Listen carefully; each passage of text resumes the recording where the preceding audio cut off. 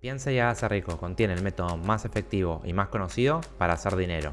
Con más de 10 millones de copias vendidas, la obra se consagra como la número 1 en su género. Para escribirla, el autor Napoleon Hill entrevistó a las 500 familias más ricas de los Estados Unidos y ellos revelaron el origen de sus fortunas y cómo habían podido lograrlo. A través de estas interacciones, el autor descubrió que mucho de lo que se enseña en las escuelas y en las universidades no tiene valor en la vida ni a la hora de acumular riqueza. Les traigo entonces 5 puntos clave del libro y también el método que el autor propone para lograr la acumulación de las riquezas. En primer lugar, debemos entender que el deseo es el punto inicial de cualquier logro y que todo ser humano que tenga la capacidad de comprender el propósito del dinero querrá dinero. Aún así, debemos entender que el deseo es algo distinto del querer. El deseo es aquello que implicará que nos pongamos en marcha para idear un plan y así lograr aquello que nos proponemos. Veamos rápidamente el método de 6 pasos que el autor nos propone para lograr transformar ese deseo en su equivalente monetario. En primer lugar, debemos determinar la cantidad exacta de dinero que queremos. En segundo lugar, definir qué estamos dispuestos a dar a cambio de esa cantidad de dinero. En tercer lugar, establecer un plazo definido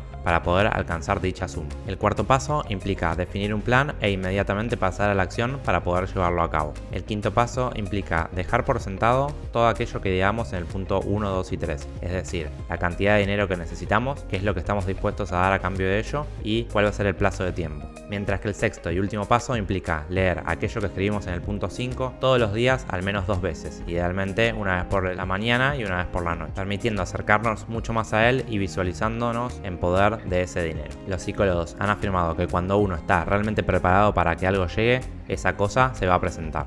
Existe un extraño y poderoso principio de química mental que aún no comprendemos que hace que ese deseo ardiente no comprenda la palabra imposible. Lo que se busca es entrar en el estado mental de la convicción. Todos los que han acumulado unas grandes fortunas primero han soñado, anhelado, esperado y planificado para lograr dichas sumas.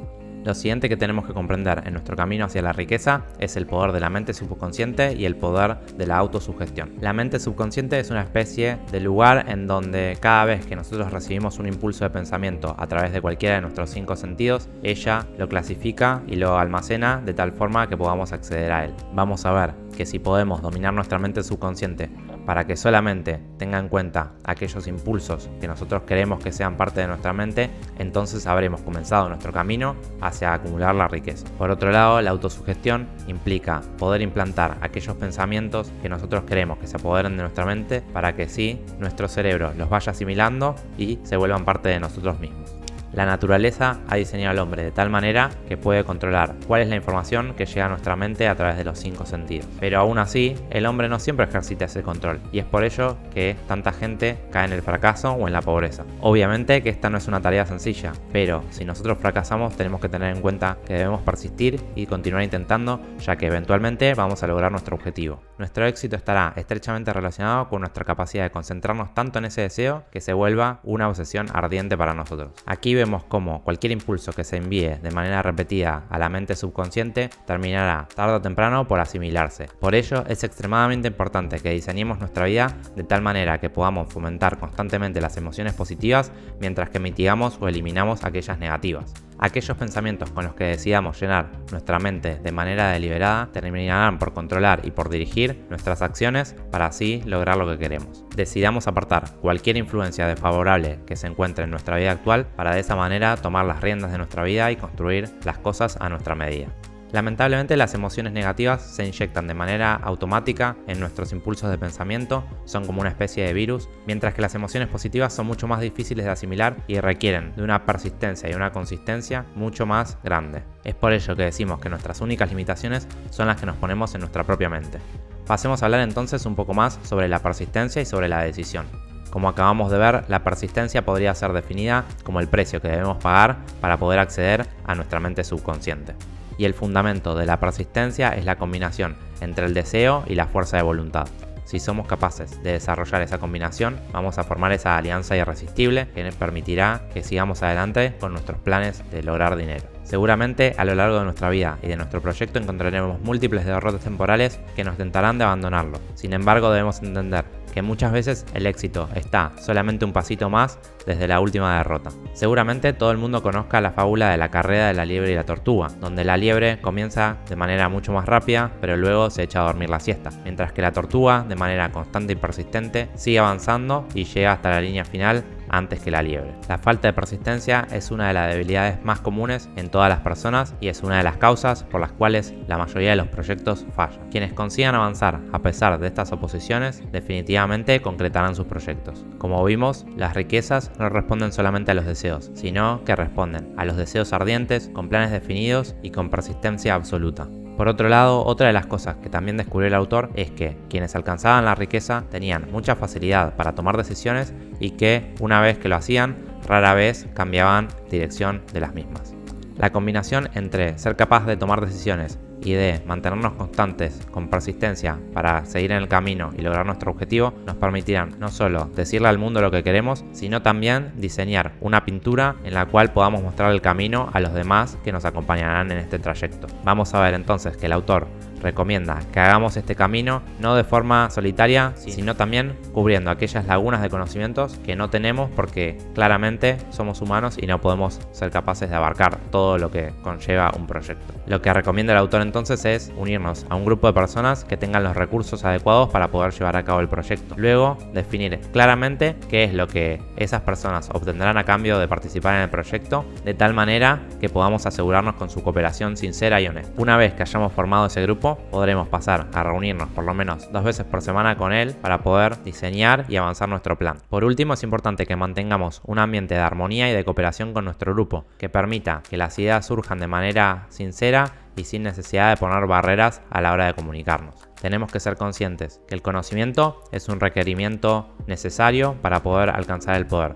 Sin embargo, el conocimiento por sí solo solamente es poder potencial. Si no lo organizamos con planes de acción y objetivos concretos, el conocimiento no nos servirá de nada. Además, debemos entender que si una persona es capaz de dirigir y de llevar adelante un equipo con conocimientos específicos que tengan la capacidad de generar dinero, entonces esa persona estará tan educada como aquellas otras personas que conforman el equipo y que tienen conocimientos mucho más específicos o especializados. La definición de estar educado implica poder conseguir aquello que uno quiere sin necesidad de violar los derechos de los demás. La acumulación de fortunas requiere poder, y este poder se consigue a través del conocimiento especializado, altamente organizado e inteligentemente dirigido. Sin embargo, no es necesario que este conocimiento esté en poder de la persona que acumula las fortunas. Las ideas para llevar a cabo un proyecto pueden surgir de la imaginación sintética o la imaginación creativa. La primera es la más popular y la que implica que se combinen conceptos que ya existen de maneras innovadoras. Sin embargo, esto no va a crear nada. Mientras que la inteligencia creativa implica poder comunicarnos con lo que el autor llama la inteligencia infinita. En realidad, lo que aquí se presenta es algo que nosotros conocemos como inspiración o como musa, que nos permitirá la creación o la generación de ideas completamente innovadoras y a su vez también refiere al hecho de que un cerebro pueda funcionar como una especie de transmisor y receptor de ideas para así compartirlas con nuestro grupo. Las ideas necesitan de que nosotros les demos vida en primer lugar y luego ellas cobran un poder tan inmenso que siguen viviendo aunque el cerebro físico haya desaparecido. Uno de los ejemplos de ideas más poderosas que continúan hoy aún entre nosotros es el cristianismo. Podemos comparar al cerebro humano con una batería eléctrica. Está comprobado que si una batería eléctrica se junta con otra o más baterías eléctricas producirá mucho más energía que por sí sola. De la misma manera, un conjunto de cerebros trabajando en forma armoniosa producirá mucha más energía de pensamiento que de manera individual. Las ventajas de trabajar en equipo serán tanto económicas como psicológicas. Las ventajas económicas se dan al poder gozar de cooperación y consejo de nuestro grupo de trabajo, mientras que las ventajas psicológicas o psíquicas se dan en un nivel más espiritual, que es difícil poder explicar y comprender, pero que están relacionadas con este concepto de sinergia. El punto número 5 hace referencia a la transmutación, es decir, a la capacidad de transformar un tipo de energía en otro. Como quizás sabrán, la libido es la forma de deseo más grande de los seres humanos. Cuando una persona busca agradar a alguien únicamente impulsada por esta acción, es probable que logre cosas que de otra manera serían inimaginables. Sin embargo, al estar impulsados por la emoción de la libido, es probable que las acciones sean bastante desorganizadas y puedan incluso ser hasta destructivas, comparándolas con lo que podría ser el paso de un huracán. Es por ello que la libido por sí sola puede ser una emoción tanto constructiva como destructiva. Sin embargo, si nosotros podemos darle una disciplina y podemos ayudarla a que sea más estructurada, permitiéndole mezclarse con otras emociones, como por ejemplo el amor, podemos lograr un cierto aplomo, una cierta organización que nos permitirá utilizarla a nuestro beneficio y nos permitirá cargarnos de energía para poder lograr nuestros objetivos. Aquí radica el poder de la transmutación, de poder transformar esa energía de estímulo en cosas constructivas que nos acerquen mucho más hacia la riqueza. Si somos persistentes y logramos generar hábitos positivos, podremos alcanzar el control y la comprensión del proceso de transmutación. Muchas gracias por haber escuchado el video. No olvides dejar tu me gusta y suscribirte. Hasta el próximo video. Gracias.